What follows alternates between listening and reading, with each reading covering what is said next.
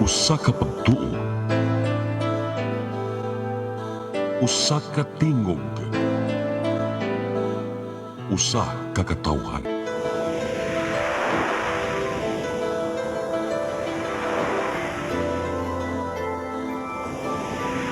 Cebu Catholic Television Network.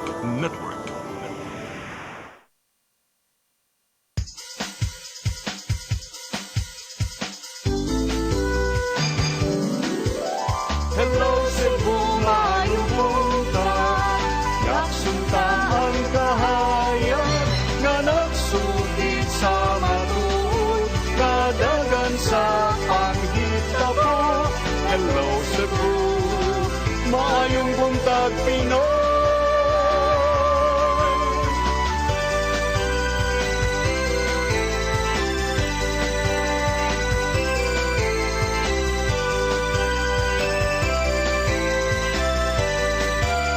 Ang katutulungan sa mga katawhan. Hello Cebu, hello Cebu, maayong buntag Pinoy, maayong buntag Pinoy, maayong buntag Pinoy. Hello Cebu, may buntag Pinoy adlaw karon nga sa barong adlaw. Adlaw karong Miyerkules, pizza 29 sa buwan sa Mayo 2024. Kadali bang nisutoy sa Mayo eh? Welcome sa Hello Cebu, may buntag Pinoy. Kami yung mga lagad sa kanginan. Ako si Malu Inocando Tabar. Okay, ni si Attorney John Destacamento. O niya, karon di sa tamag front pages attorney kay nanas tong linya karon di kas pag-asa Mactan. Sir Jomar Aclarino, good morning. Yes, ma'am. Good morning sa tanan og sa atong tanan tigpaminaw kini atong latest weather update karong adlaw. Ang typhoon aguhon na sa 870 kilometers sa may east-northeast ng extreme northern Luzon ug karong buntag or sa hapon makagawas ni kini sa atong Philippine Area of Responsibility. Southwesterly wind flow or hangin gikan sa habagatang kasadpan ang nakaapekto sa western section sa atong nasod. Atong weather conditions sa Central Visayas, lakip ng probinsya sa Cebu, makasinati generally for weather, init ug igang na panahon, dawas uninay mga patak-patak na mga pag-uwan ug kining localized thunderstorms. Hinay ito na sa kasarangan ng hangin masinati sa Visayas ug kadagatan, malinawon ito na sa kasarangan ng pagbalot. Temperatura sa Cebu sa 33 degrees Celsius at ay forecast maximum heat index karong adlaw sa Cebu na moabot sa 42 degrees Celsius. Adlaw mo sa alok alas 6 sa hapon, dagat mo taob alas 1:59 sa hapon. Philippine Standard Time alas 8:11 sa buntag, iganda rin sa Mactan Pag-asa Visayas. DOSA Jomar Aclarino. Sir Jomar. Yes ma'am, good morning. Morning, sir. Sir, medyo baga-baga ni gud kaayo ang panganod rong mga orasan, no? Doon na ba indikasyon, Sir Jomar, nga makasinati tag kusog-kusog nga pag-uwan today or the rest of the week? So nakita nato natay mga light to moderate occasional heavy rains. Kanang panganod karon is dili ka na magdugay, so less than 1 hour or 30 minutes and then balik na sad sa init. And expected nato within this week is fair weather, taas gihapon ng time na walay uwan. Okay. So, kuan pagyuday ni paasa pagyuday ni ro mga panahon na, but still thankful gihapon ta Sir Jomar kay it gives us enough time nga makapangandam sad sa kusog-kusog unya nga pag-uwan nga sa umaabot. Thank you, Sir Jomar. May isa pa yan ma'am, salamat, good morning. Mao kadto si Sir Jomar Aclarino gikan sa Pag-asa Mactan. So di pa kun ni mao partner ay kuan pa ni kanang hata-hata pa ni ba? Sige na lang at Intro least. pa, partner. Makasinati tag gamay nga kanang landong-landong, dagom-dagom. Ari sa atong front pages sa mga pamantalang lokal ug nasyonal atong sugdan sa Sunstar Daily. Sa Sunstar Daily, Portolat Rental 18 million pesos budget scrapped. Sa Super Balita, Lola gihypnotize, nabudol. Sa The Freeman, Rama's complaint cited as reason when leaves PDP.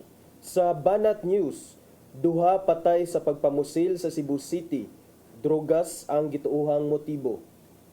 Sa Philippine Daily Inquirer, DOH says no budget for new jabs versus flirt variant. Sa The Philippine Star, Bohol Governor, 68 others suspended. Sa Manila Bulletin, Philippines and Brunei ink 4 deals. Ug sa Tempo, Marcos signs Eddie Garcia Law. Mao katong front pages sa mga pamantalaang lokal ug national. Sa among pagbalik ang maipadangat kaninyo mga balita nga nahipo sa pagkaubanan sa CCTN News and Public Affairs team. Please stand by. Hello Cebu, hello Cebu, maayong buntag Pinoy, maayong buntag Pinoy, maayong buntag Pinoy. Ako si Mr. Rudy Romares, electrical subcontractor ng maong building. Ani adto nga wala pa kong mugamit ug ko'y sakit akong tuhod, iglakaw na ko. Akong mga lutaha, no? Labi na gikan ta sa overtime. Di sa ko ganahan mo kaon, nindot na ang resulta kay karon moagi ta sa rampa diha, no? Maglakaw ra jud ko. Mga batan-on nga mauwahin akong lakaw kay kusog na ko mulakaw tungod sa paggamit nako sa koy. So ay mo gamit sa koy kay nindot kay resulta. Daghang kay salamat sa koy. Herbal capsule, barato na, epektibo pa. Koy Herbal Capsule. Discover the beauty of the Philippines.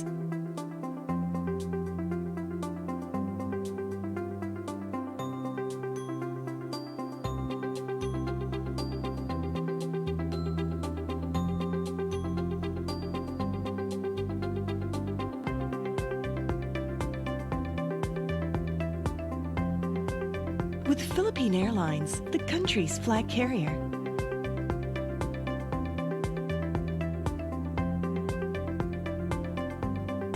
The airline that lets you feel the warmth of the nation.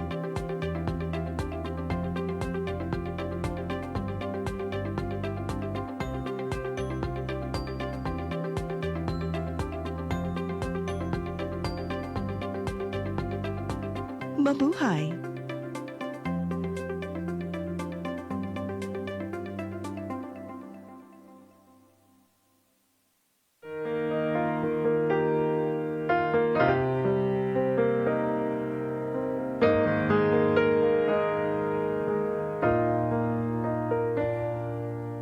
Heal me, O Lord, and I will be healed. Save me, and I will be saved. Heal me, O Lord, and I will be healed. For you are the one I praise. You are the one I praise. Sing it with me. Heal me, O Lord, and I will be healed. Save me, and I will be saved. Hello Cebu, hello Cebu, maayong buntag Pinoy, maayong buntag Pinoy, maayong buntag Pinoy. Balik sa Hello Cebu, mayong buntag Pinoy ug karon sa atong mga balita. Nagunas to mga balita karong buntaga, Cebu City Police Office mahimog dungan nga inspeksyon sa ilahang disaster response equipment capabilities isip pagpangandam sa moabot nga kalamidad sama sa bagyo ug uban pa. Ang kasayuran ihatod ni Arnold Bustamante. Gipang susi sa Cebu City Police Office ang ilang mga kagamitan atol sa simultaneous showdown inspection sa PNP Disaster Response Equipment Capabilities nga gipangunahan sa Kampo Kurame. Ang Police Regional Office 7 uban sa CCPO ug Provincial Police Office mihimo sa bawga kalihukan aron mahibaw-an ang kapabilidad ug kapasidad sa kapulisan pagtubag kung motumaw ang kalamidad atol sa pag-igo ni bagyong Aghon. Daghang mga dapit sa Pilipinas ang nabiktima sa baha tungod sa kakusog sa maong bagyo. Sa dakpen sa Sugbo gipakita nila ang ilang mga gamit sama sa pala, chainsaw, pisi, butas, hagdan, rubber boat ug uban pa nga may magamit kung dunay emerhensya nga mahitabo mugna sa katalagman. Mato ni Police Lieutenant Colonel Janet Rafter, Deputy City Director for Administration sa Cebu City Police Office, nga bisan wala mapiktuhi ang syudad sa Sugbo sa bagyo, apan dunay mga dapit sa nasod ang gipangbahaan ug pagdahili sa yuta nga angayan nga pangandaman. So ang good enough sa ato wala kita na igo ni ana nga murag ang uban nga mga lugar gibaha na. So that's why as a proactive measure in order to see our capabilities, we are conducting the showdown inspection ng pagsakwan sa atong mga SARS equipment. Ni Rafter nga kuwang gyud ang kapulisan silang gamit sa disaster response apan wala sila magsalig niini sanglit kumpleto man ang kagamhanan sa dakpen sa Sugbo nga naa sa City Disaster Risk Reduction Management Office.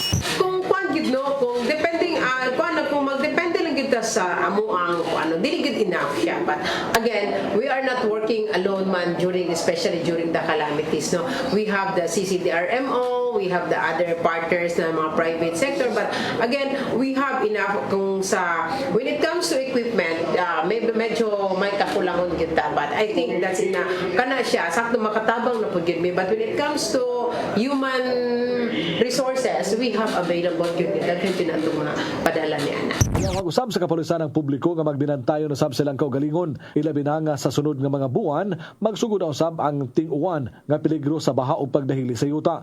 Labing maayo nga mangandam ang tanan sama sa pagpamalit og mga gamit nga kinahanglan na nga mobakwit sa labing luwas nga lugar, dili na magpaabot nga dunay mo rescue kanila. Arnold Bustamante, CCTV. Nakakumply na ang management sa MV Diamond Highway sa mga gipangayo sa Lapu-Lapu City Health Office ug Senro aron malibkas ang giisyu nga cease and desist order. Apan ang City Legal Office ni mando nga dili pa kinilibkason. Ang kasayuran ihatod ni Crystal Joy Felerca. Mag-upat na kabuwan sukad ni issue og cease and desist order si Lapu-Lapu City Mayor Junior Dahong Chan ni adtong Enero 31 aron sa pagpahunong sa operasyon sa pagguba sa MV Diamond Highway sa Barangay Punta Inganyo. Gibutyag ni Attorney James Alan Saison, ang head sa City Legal Office, nga kondisyonal ang giisyong cease and desist order ug but pasabot niini nga naay mga kondisyon nga gihatag ang City Health Office ug kinahanglan nga i-comply kini sa hingtungdan. Apan dugang niyang naka-comply na ang management sa mga barko base sa assessment sa City Health. Ang atong mga safety nets para ang abog ni saka dili mo kuyog sa hangin. Number 2, nangahitag salvaging plan sa ilaha. So kana mo na ipang-assess sa atong City Health. Ningon sila nga based on the conditions ni comply na. Apan bisan og naka-comply na sila niini, kinahanglan usa silang mopahigayon og public hearing.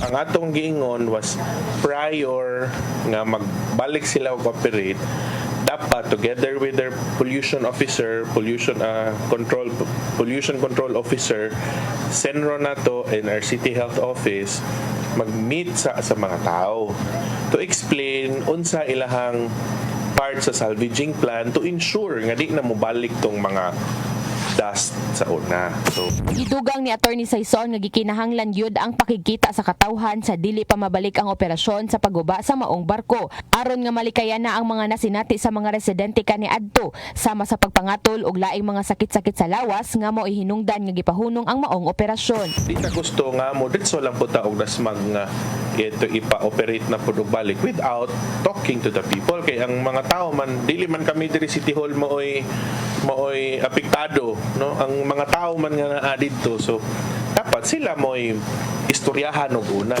Human sa public hearing, lakip na sa mopahigayon og inspection mao ang City Legal Office, kauban gihapon ang City Health Office, Senro og Pollution Control Officer sa maong barko aron matan-aw kung angayan na bang malibkas ang cease and desist order.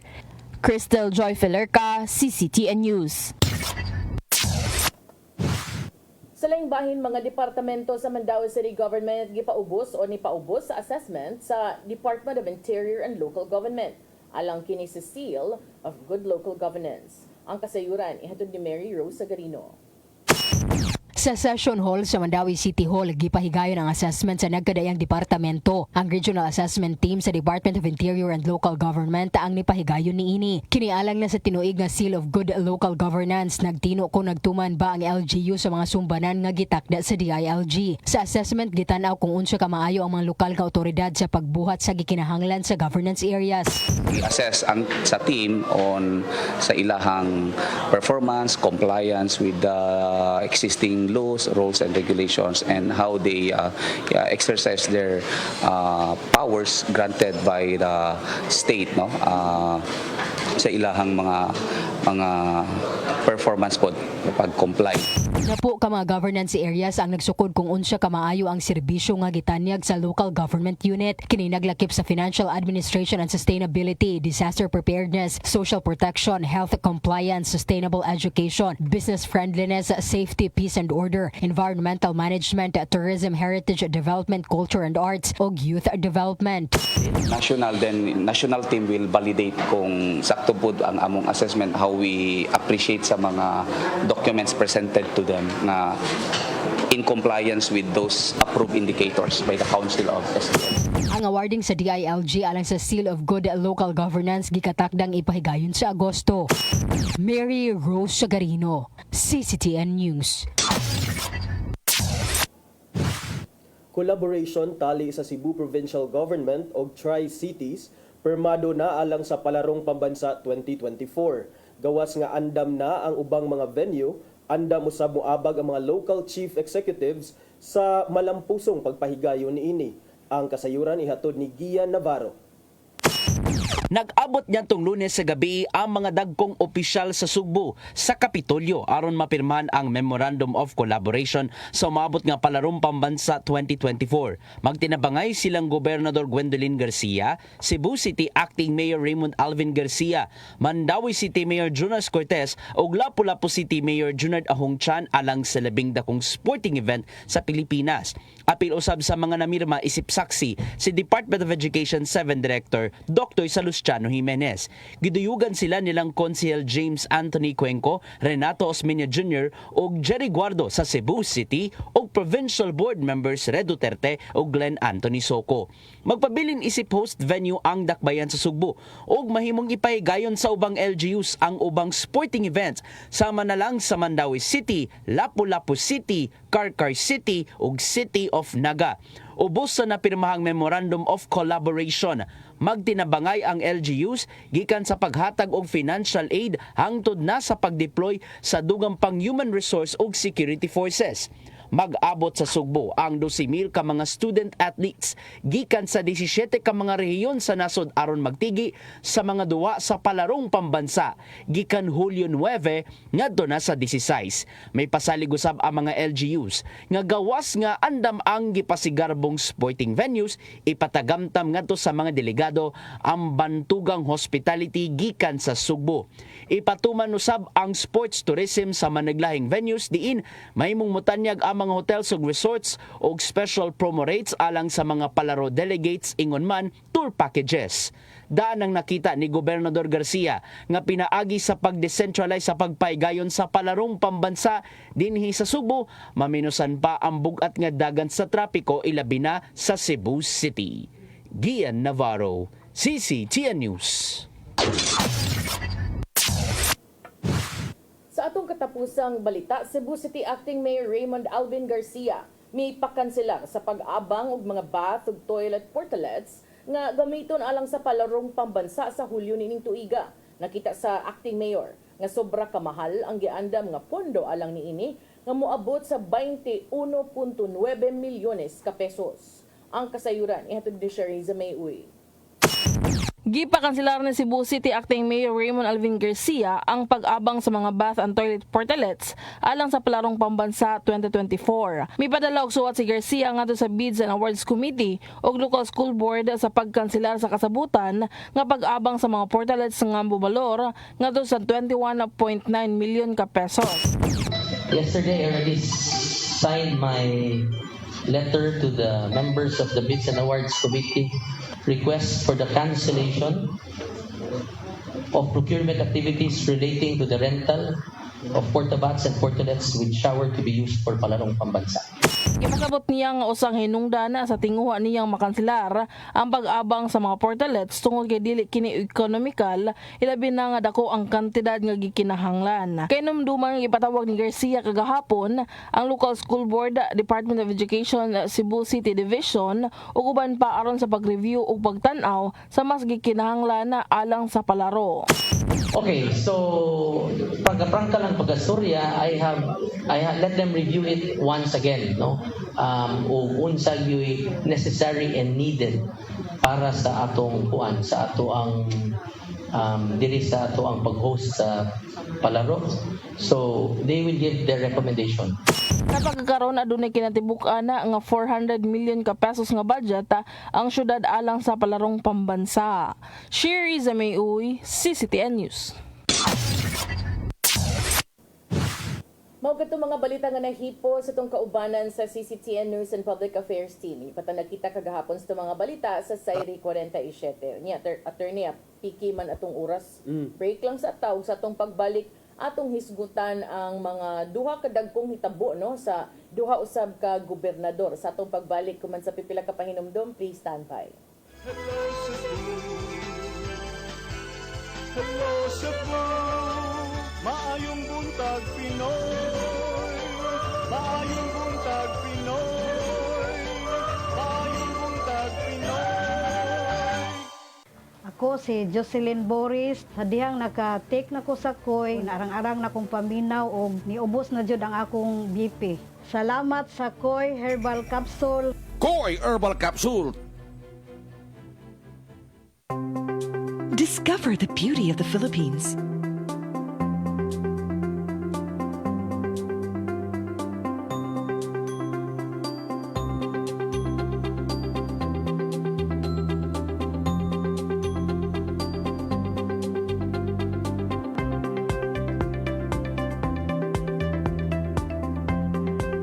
With Philippine Airlines, the country's flag carrier.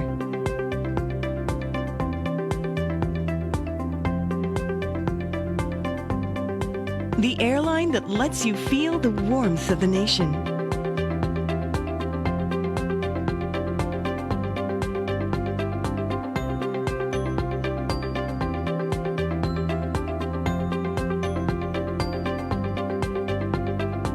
Mabuhay!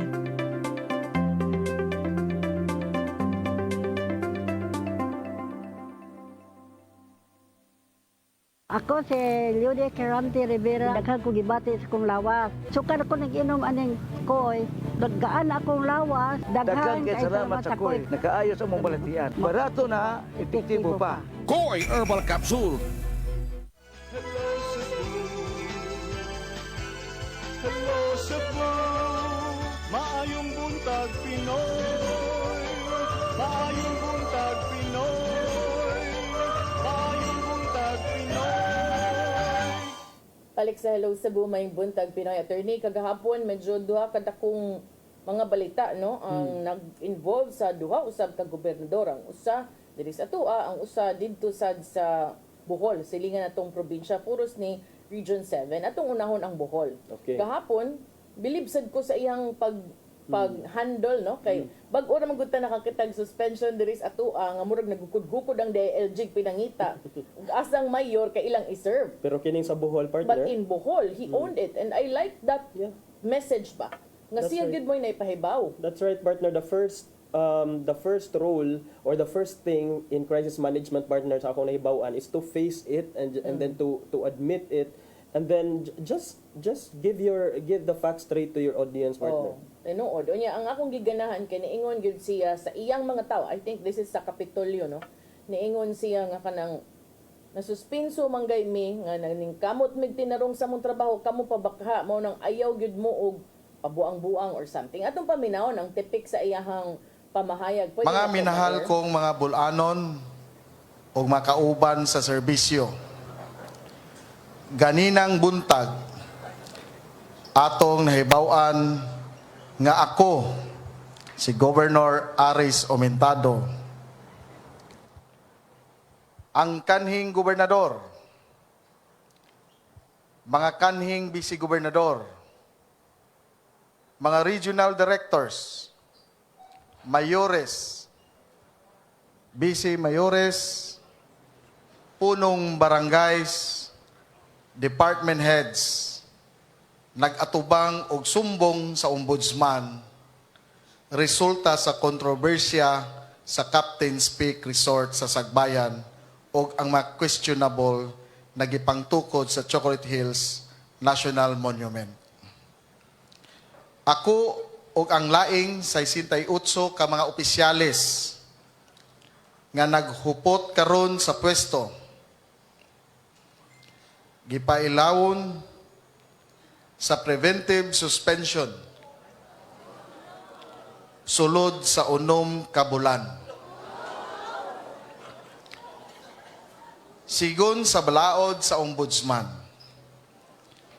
ang investigasyon sa Chocolate Hills National Monument nagpadayon pahangtod karon dito sa Senado o sa Kamara Baha.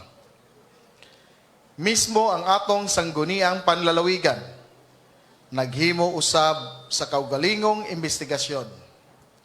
Sakit man palandungon nga mao kini ang nahitabo, atong iampo sa kahitasan nga mahatagan og insakto, matarunganon og makig-angayon nga kasulbaran kining tanan. Dili kita muhunong sa pagbuhat sa maayo ug matarong aron panalipdan nato ang atong kalikupan. Samtang atong ipahiluna nga ang tanan makasakay sa kalambuan. Hangyoon ko kamo nga mabilin sa Kapitolyo nga ampingan ninyo ang inyong trabaho. Sa pagserbisyo sa katawhan, kay kini ang atong gibarugan.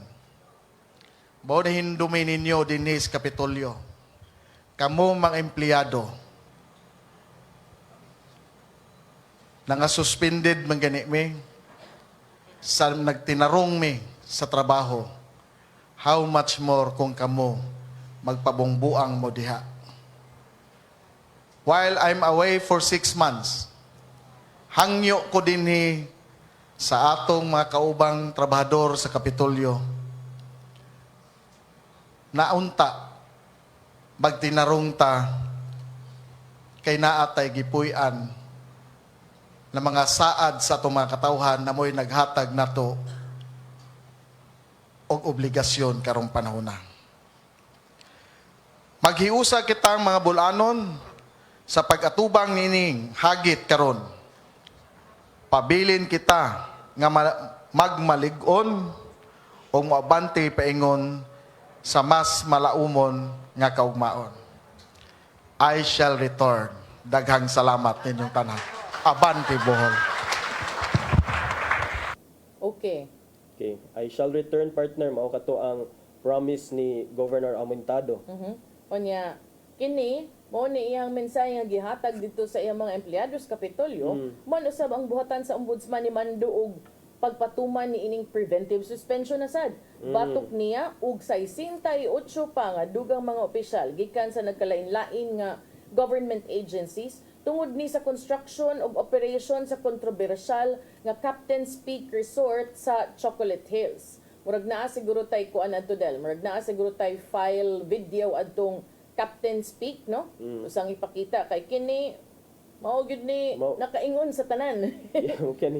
Pero ang ato lang ipasabot sa atong mga listeners ug viewers, partner nga again, this is only a preventive suspension ang pasabot.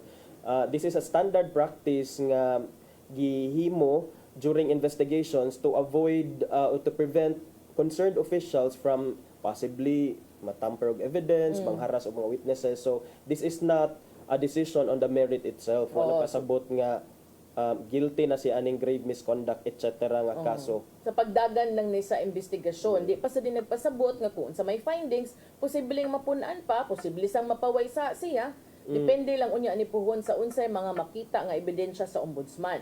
So kani sila, sa 68 kabuok og si Governor Aumentado gyud, gisuspend susud sa unang kabuan nga way bayad base sa kamanduan nga gipirmahan ni Special Prosecutor and Ombudsman Officer in Charge Edilberto Sandoval. Gipirmahan ni atong May 22.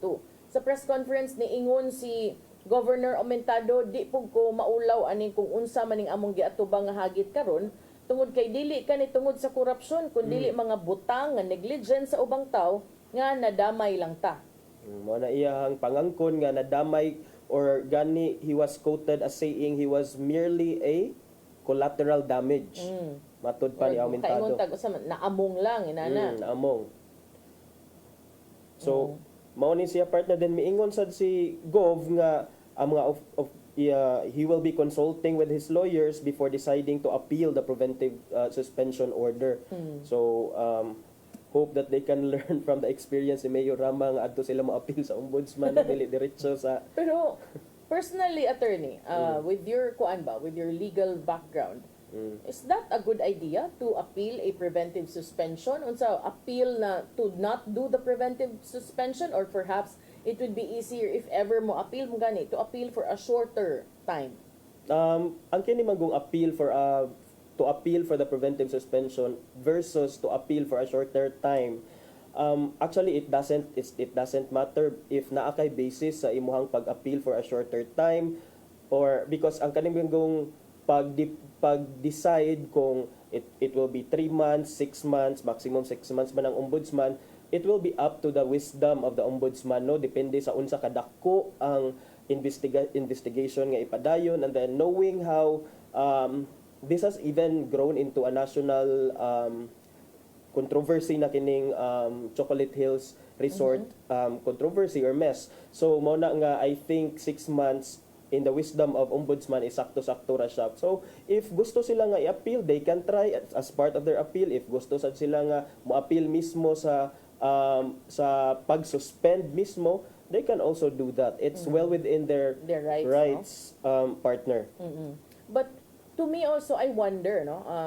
This is the Chocolate Hills, as we all know, is a UNESCO World Heritage Site and a protected area under Proclamation Number 1037 Series of 1997 and Republic Act 7586 or the National Integrated Protected Area System Act of 1992. Maura-ura rasad ni sa gi-invoke ni Governor Gwen Garcia when she set her foot and decided nga dili siya mo go anang existing design sa BRT kay makuanan pud maligsan pud ang heritage structure which is the provincial capital. So kanang nahitabo karon sa Bohol, I think importante pud kay do na siya bearing over other pending sad nga mga controversies or issues. So what you're trying to say, partner, is pwede siyang mahimong president sa uban pa mga issues nga mahitungod sa mga heritage sites nga pwedeng ma-affected because of ongoing projects. Oh, pero I wonder, sad attorney, will this have bearing on the possible charges that may be also filed against the resort themselves? Will it have a bearing? No, because this is a mere administrative case. So the respondents here are the government officials, because ang ato mangitan-aw diri is ilang culpability when it comes to the administrative aspect.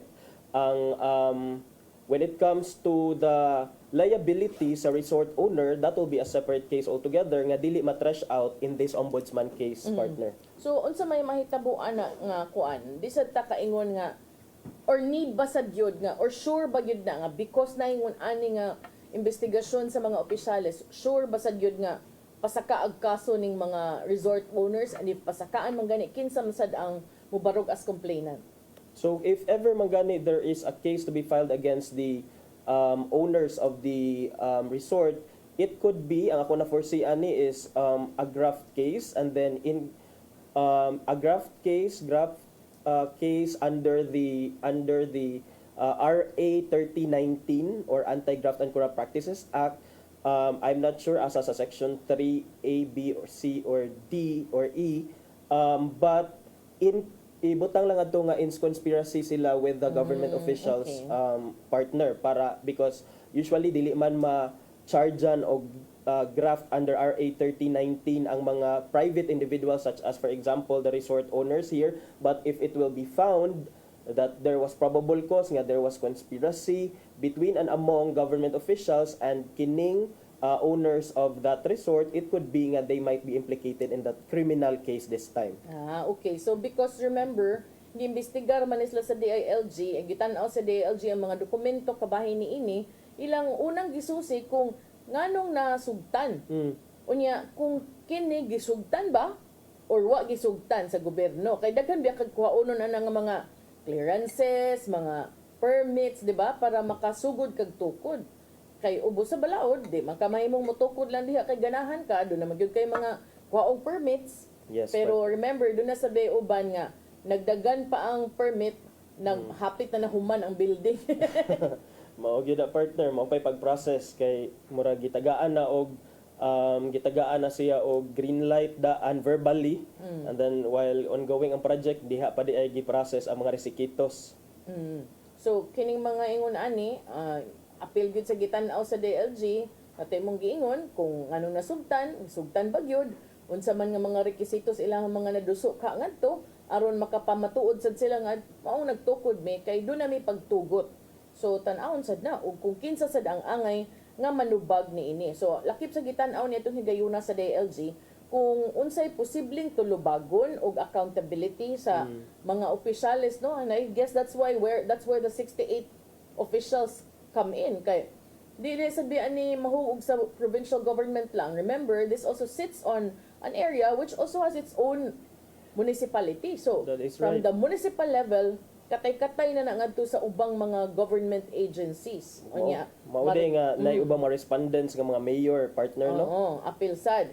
So mao nang apil pod ana ang gitun-an sa DILG mao ang pagrekomendar sa mga kaso nga ipasaka batok sa tanan nga nalambigit sa pagtukod niining Captain's Peak Resort.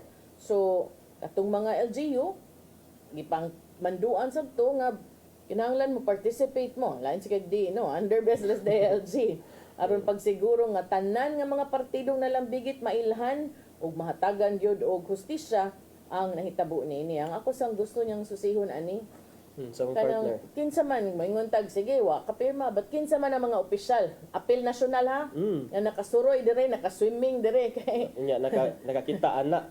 nya basig wa lang sad mo gibuhat dapat In apil action. po mo. Di ba? Yes. Kana i-appeal para happy ang tanan. Tabla. Manabla na lang. That's in Bohol, partner. Ingon ka diri sa Cebu City, sa Cebu, si Governor Gwen Garcia is also nasa importante nga development. She has decided to leave PDP Laban, partner. Ano man to? Biya siya sa PDP Laban. Unya kanang ang iyang gitumbok nga rason, tensyon. Tali niya o ni suspendido nga mayor nga Michael Rama nga may rason kaliwa o nagpaluyo sa iyang desisyon.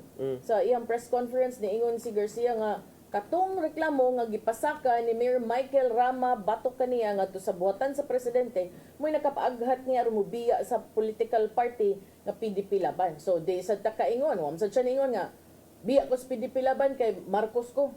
Wa man siya niingon nga biyaan akong PDP Laban kay bagong Pilipinas gyud ko. Biya siya kay nabikil siya sa reklamong gipasaka ni Mayor Michael Rama nga nangangayo sa day sa iyang pagsuspenso. Unya Rama baya has a position in PDP. Sa iyang reklamo si suspended Mayor Michael Rama nagpetisyon sad sa pagkasuspenso ni Governor Gwen Garcia isip gobernador sa lalawigan.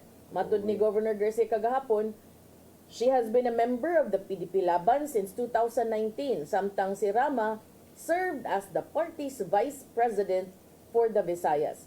PDP Laban was also the political party of former President Rodrigo Duterte. Ang tensyon sa duha nagsugod, pero murag di ko mo ito maura yun ni hinungdan nga February 27 tungod sa CBRT, murag daan naman ni.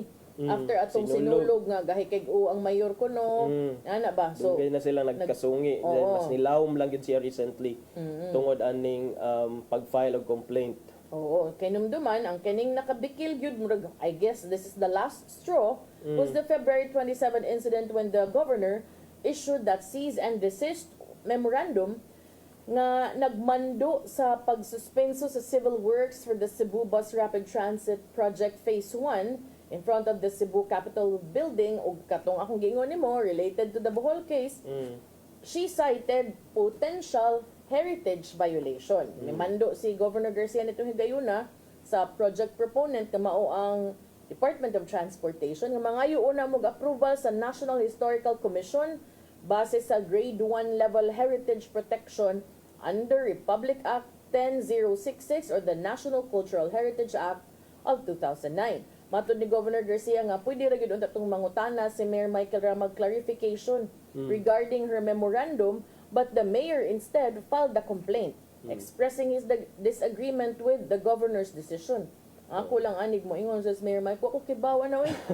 Mao na nga kung di na ta amigo dili na ta magbinarkadahay, dili na ta mo belong in one party kay mo ning giingon ni Gov Garcia nga my continued membership is no longer tenable. Kay how will it be tenable nga kining kontra naman ko sa imuhang kuan sa chairman ba ni si Mayor Rama sa Vice President sa Visayas. Visayas. Yan ingon si Governor Gwen Garcia, ang kani kunong tension between them has been considered to be irreconcilable.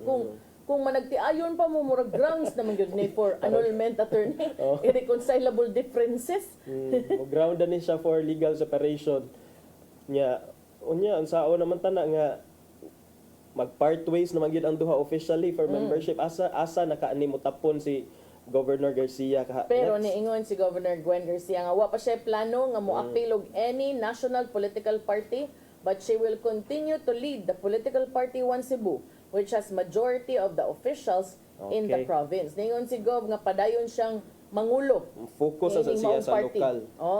She's always been like that. Yes. Even before pa. Priority gid niya ang local niya Which nga is party. nice, no? Kay she was even given an opportunity. There was a time nga gihugon-hugon nga padaganon siya for senator, but she really decided to serve more her constituents diri sa Cebu.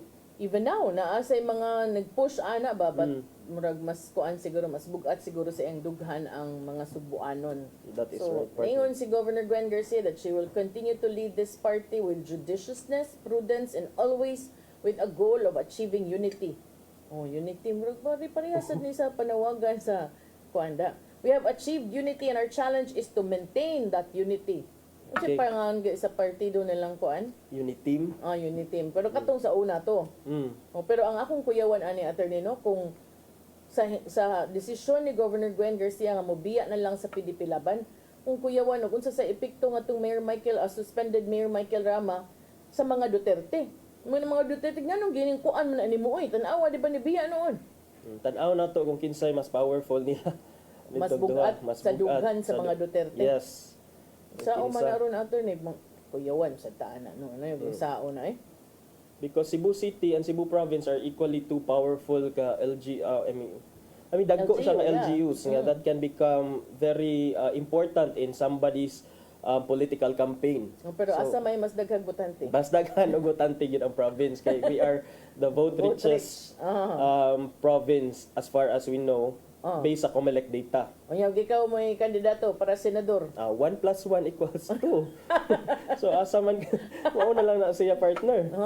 Di ba din na 1 plus 1 Wonder Woman?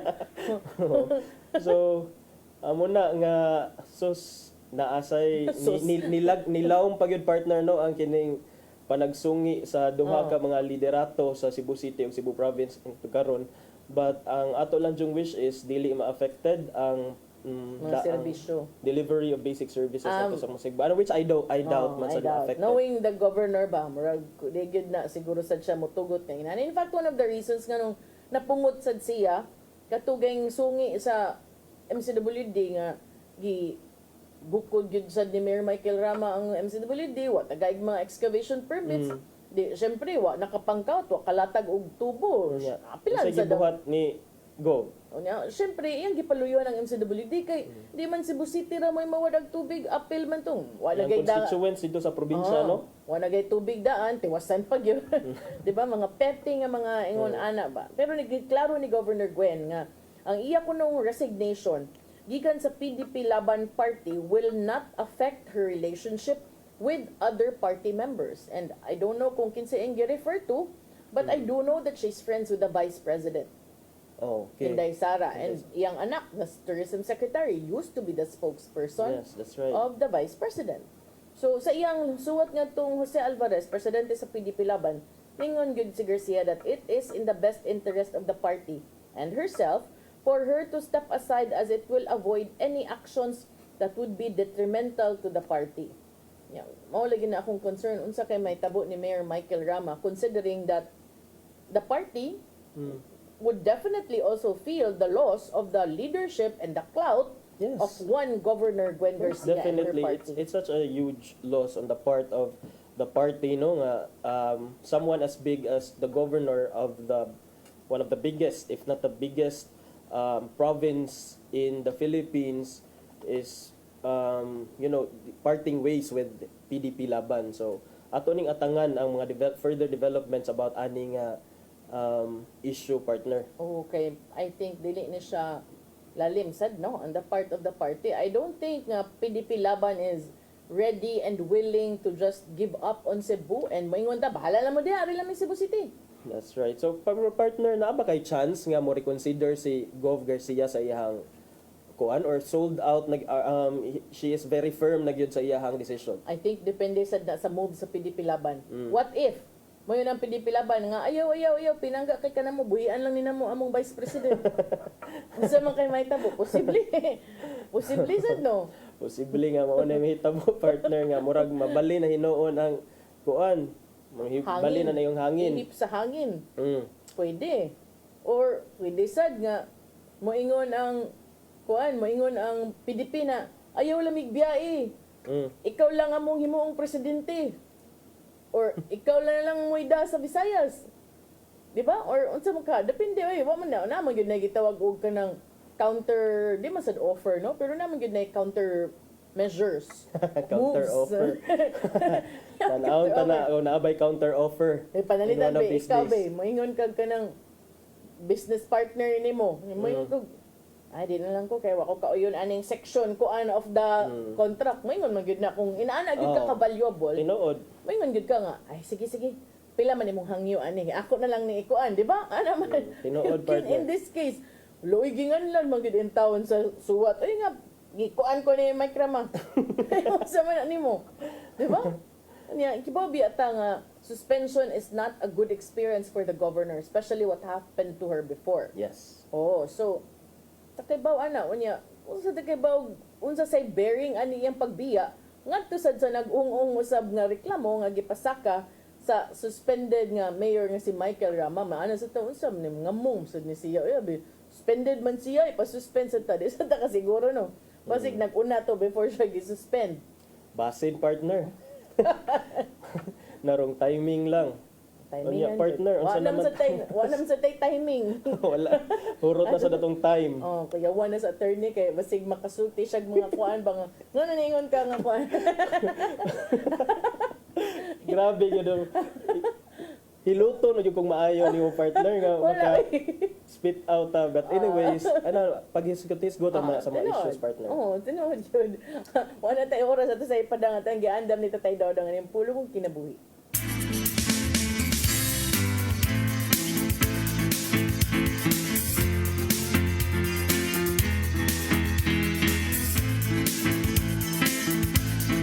Ang pulong mo ang diwag sa garang ko. Matag binuhat, bisan gani ang nagsunod kag Kristo, matubang gayon og mga unos sa kinabuhi. Kini mo ang mga storms of correction, storms of perfection, storms of direction, storms of reflection, and storms of affection.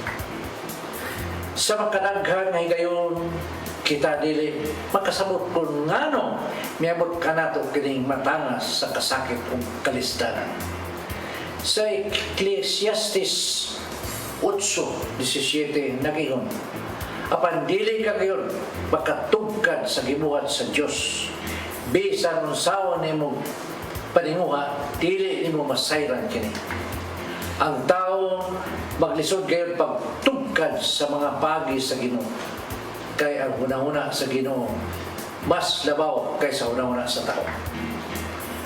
Gani sa Ecclesiastes 3:17 nagingon sa hukman sa Dios sa walay pinalabi ang tanan nga matarong ug ang mga dawtan.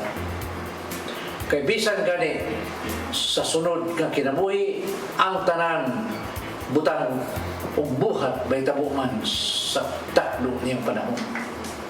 Kini nagpasabot nga walay mahitabo sa tao nga dili itugod sa Ginoo. Apan iya kag itugod alang sa usa ka mayong katuyuan. May igsoon mo kini ang pulong nga maghataw giya sa atong kinabuhi. Pagampok kita. Langito nga man, dili na mo matungkad kung ngano nga sa mong pagsunod kanimo magatubang kami mga kasakit. Apan tungod kay misalig kami kanimo, among gidawat kining tanan. Kay ikaw nasayod man kung unsay makayo alang kanamo. Amen. Salamat sa Man, sa Anak, sa Espiritu Santo.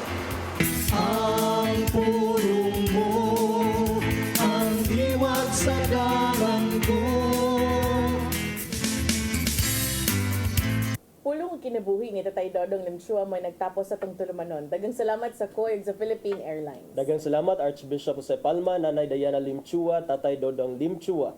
Sir Dennis Tabar, sa mga kaubanan sa TOC, Sir Robert, Miss Inday, Sir Matmat, Miss Joanne. Sir Michael, Sir Rodel, Sir Raymond, Sir Bruce, ug Sir Ferdy. Salamat, sirs. Si Ferdy, kuan man. Hers. Salamat sa iyong papakig-uban. Ako si Maluin Ocando Tabar. O kini si Attorney John Destacamento.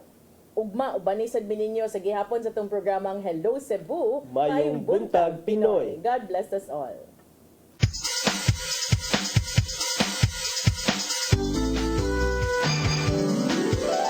Hello Cebu, mayong buntag. Nagsunta ang kahayag nga nagsulit sa matuod, nadagan sa panghitabo. Hello Cebu. Usa ka pagtuo